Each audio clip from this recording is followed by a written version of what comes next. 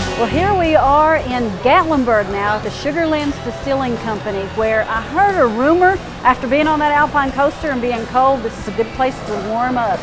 We were supposed to meet Greg, and I think this is Greg here now. He's going to give us a little bit of a tour. How are you? Yes, doing great. How are you? I'm fine. Excellent. I see some famous faces in here. Yes, you do. We've had the pleasure of working with Jim Tom Hedrick with our rye moonshine developed with him, Mark Rogers and Stephen Tickle from the TV show Moonshiners.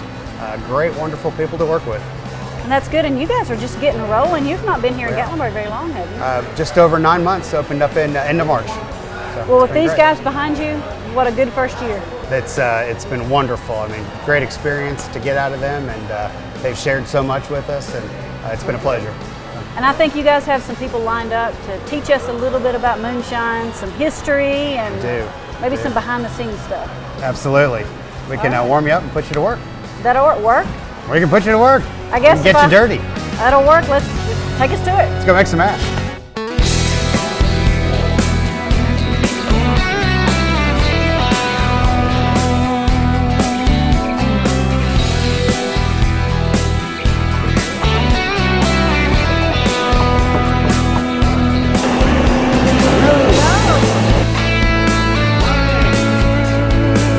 We're inside the secret door. This is where the magic happens. This is the magic. This is where it all happens. So grain in to bottle out. We get all of our grains locally, and we use white corn for everything. Old moonshiners would say that yellow corn is for critter and white corn is for whiskey. And so that's what we stay true to. This is our handmade mill. It's a stone burr mill. It came out of Austria. Basically, it's two stones. The top one rotates on the bottom one. Corn feeds through the hopper, down through the stones, and out through the outside. And the big stone, heavy stone, as it turns, it grinds and shears the corn. And so what we're looking for is a cornmeal consistency. And so put your hand out there, you can see.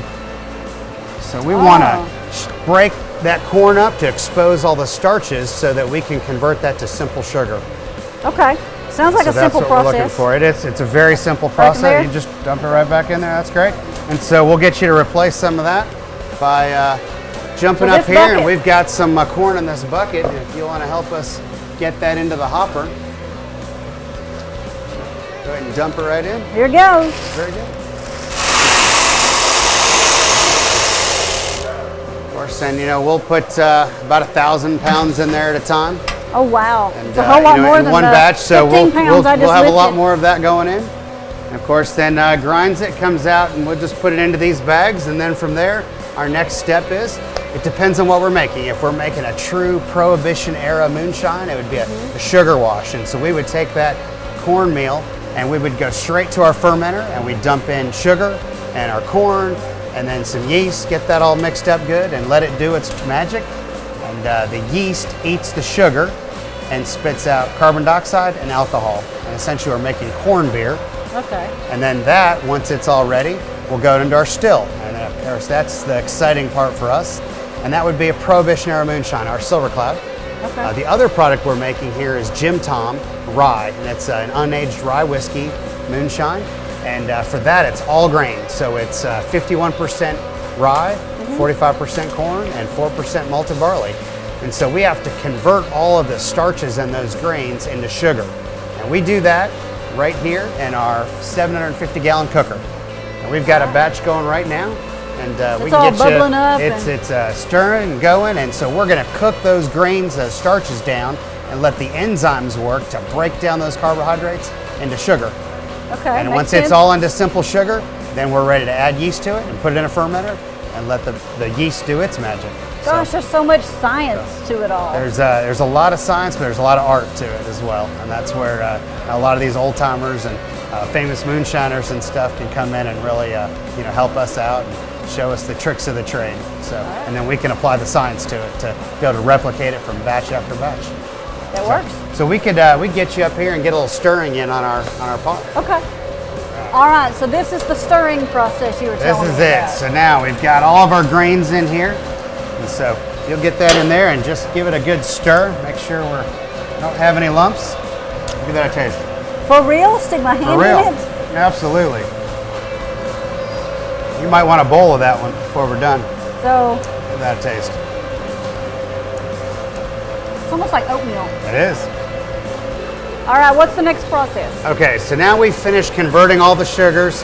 All right, we're gonna pump it over here to our fermenter, and we'll add yeast and let the yeast do its work, converting all of the sugar into alcohol. As the yeast is eating the sugar, it's creating heat, and so it can get really warm. And so we've got a cooling jacket on this. So this It's is really like a small space that you have to keep everything right in this one little area. Right, exactly. Wow. And so here we've got a batch that's been sitting for 5 days.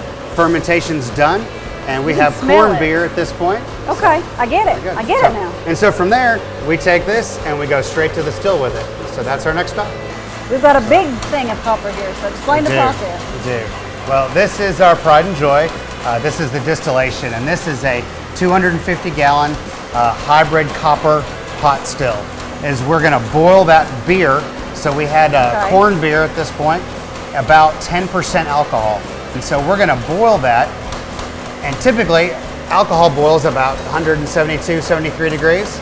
Okay. Water at 212 degrees. So you would think you would just fire it up and boil it at 172 degrees and drive off all the alcohol.